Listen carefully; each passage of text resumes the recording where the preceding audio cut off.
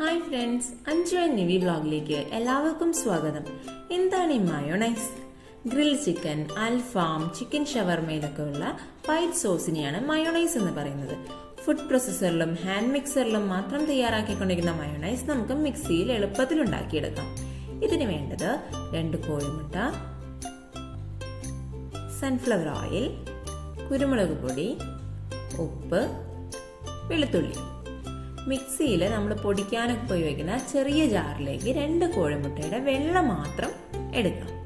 Just ഒന്ന് പൊട്ടിച്ചിട്ട് മഞ്ഞക്കുരു 2 സൈഡിലേക്കും ആക്കി കഴിഞ്ഞാൽ ആ വെള്ള മാത്രം നമുക്ക് കിട്ടുന്നതാണ്. അല്ലെങ്കിൽ ഒരു സൈഡ് മാത്രം പൊട്ടിച്ചിട്ട് വെള്ള മാത്രം മിക്സിയുടെ ജാറിലേക്ക് ആക്കിയെടുക്കാം.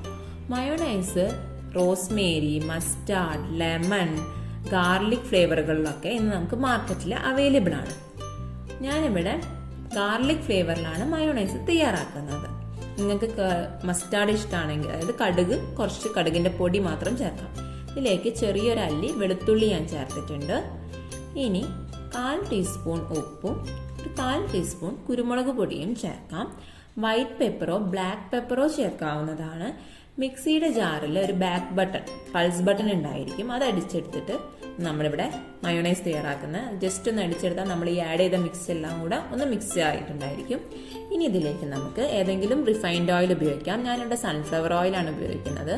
ഞാൻ എടുത്തിരിക്കുന്നത് 1/2 കപ്പ് സൺഫ്ലവർ ഓയിലാണ്. അതിലേക്ക് പകുതി ഒഴിച്ചിട്ട് ഒന്ന് പൾസ് ബട്ടൺ അടിച്ചു കൊടുക്കുക. 2 കോഴിമുട്ടയുടെ വെള്ളയ്ക്ക് 1/2 കപ്പ് സൺഫ്ലവർ ഓയിലാണ് വേണ്ടത്. ഇപ്പോൾ ഒരു ലൂസ് കൺസിസ്റ്റൻസിയിലാണുള്ളത്. ബാക്കി സൺഫ്ലവർ ഓയിൽ കൂടെ അടിച്ചു കൊടുക്കാം. ഒന്നിച്ച് ഓയിൽ ഒഴിക്കരുത്, കുറച്ചേശ്ശായിട്ട് ഒഴിച്ചിട്ട് അടിച്ചെടുക്കണം. അപ്പോഴാണ് അതിന്റെ കൺസിസ്റ്റൻസി ശരിയായിരിക്കാം. ഇപ്പം തിക്ക് കൺസിസ്റ്റൻസിയിലുള്ള മയോണൈസ് ഇവിടെ റെഡി ആയിട്ടുണ്ട്. നിങ്ങൾക്ക് പുളിയുടെ ടേസ്റ്റ് ഇഷ്ടമാണെങ്കിൽ 1/2 ടീസ്പൂൺ വിനാഗിരിയോ 1/2 ടീസ്പൂൺ നാരങ്ങാനീരോ ചേർക്കാം. ഞാനിവിടെ ഉപ്പ് നോക്കിയപ്പോൾ ഒരിത്തിരി കുറവായിരുന്നു. അപ്പോൾ കുറച്ചുകൂടെ ഉപ്പ് ചേർത്തിട്ട് ഒന്ന് അടിച്ചെടുക്കുന്നുണ്ട്. കുറച്ച് വിനാഗിരി ചേർക്കുകയാണെങ്കിൽ ഒരു 3-4 ദിവസം റെഫ്രിജറേറ്ററിൽ ഈ മയോണൈസ് കേടുകൂടാതെ ഇരിക്കുന്നതാണ്. ഇത്രയും ഈസിയായ റെസിപ്പി നിങ്ങൾ എല്ലാവരും വീട്ടിലൊന്ന് ട്രൈ ചെയ്ത് നോക്കണേ.